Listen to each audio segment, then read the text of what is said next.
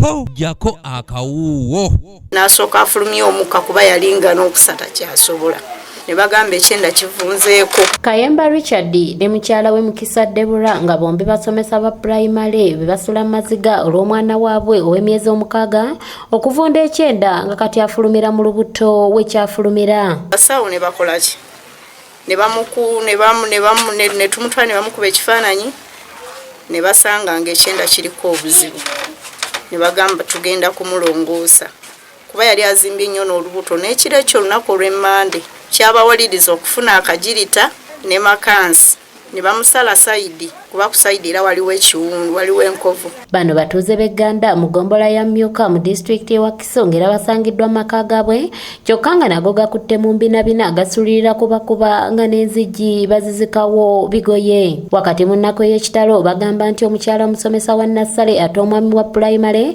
kyokka ng'omuggalo tegunnajja yasobolanga okukola n'abeezaawo amaka ge n'okusasula ennyumba nga waka baliwo abantu 8 okuli abato 6 n'abakulu 2 ng'okwo kwe kuli n'abaana be bayambangako.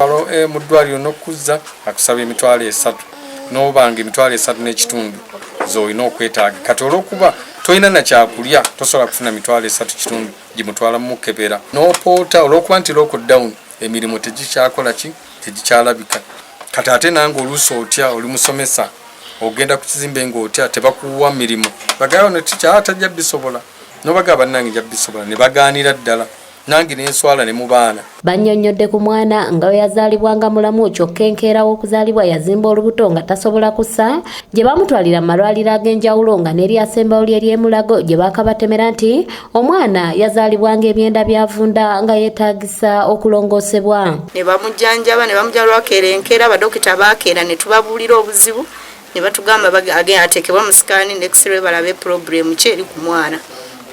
Mu kiseera ekyo n'okukola n'okufuluma yali takyafuluma kati abasawo ne bakolaki ne tumutwala ne bamukuba ekifaananyi ne basanga ng'ekyenda kiriko obuzibu ne bagamba tugenda kumulongoosa. Wakati mu kulongoosa omwana abasawo e Mulago tebabasaba nsimbi kyokka ng'eddagala baagulanga ligule eryamalawo obukadde obuwera 3 ne bamufulumya ebyenda 2 kati mwafulumira. Kisalako sayidi era ne bakifulumya n'abanga takyafulumira gy'alina kufulumira ne bakiteeka ku lubuto ne bakifulumya sayidi ne bafulumya ekimu n'ekirala kye basazeeko ne batugamba bagenda kifulumiza sayidi okusobola okukola kyo kukikuma kireme kuvunda era ne bafulumya ebyenda 2.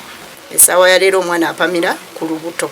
Bagamba nti ekiseera ky'okuzzaayo ebyenda bino kyatuuka ng'ekizibu ky'ensimbi eziri mu bukadde 5 bwe batalinaawo nga bagamba nti tebakyakola olw'omuggalo. Nga mazima sirina we nsobola kugamba nti kino kye tujja mu ssente ze tulya kino kyakola guno gwe mulimu gwakola.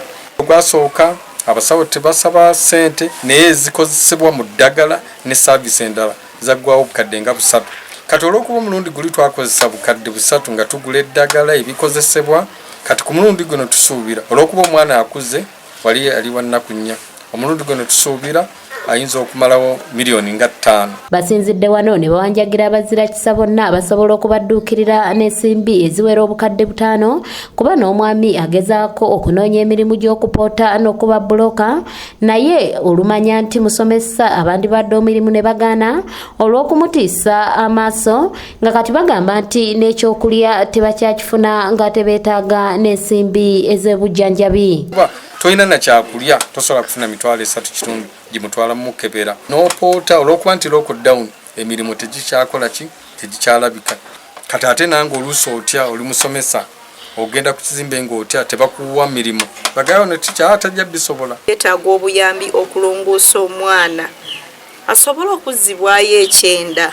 Buli alina obuyambi bwonna obusobola okuyamba omwana ono. Gwe wenna asobola okubayambako ku buyambi bw'omwana yita ku nnamba z'essimu zino wammanga. Kanyike Kevinizi yakusakidde eggulire lino ku lwa ABS Television.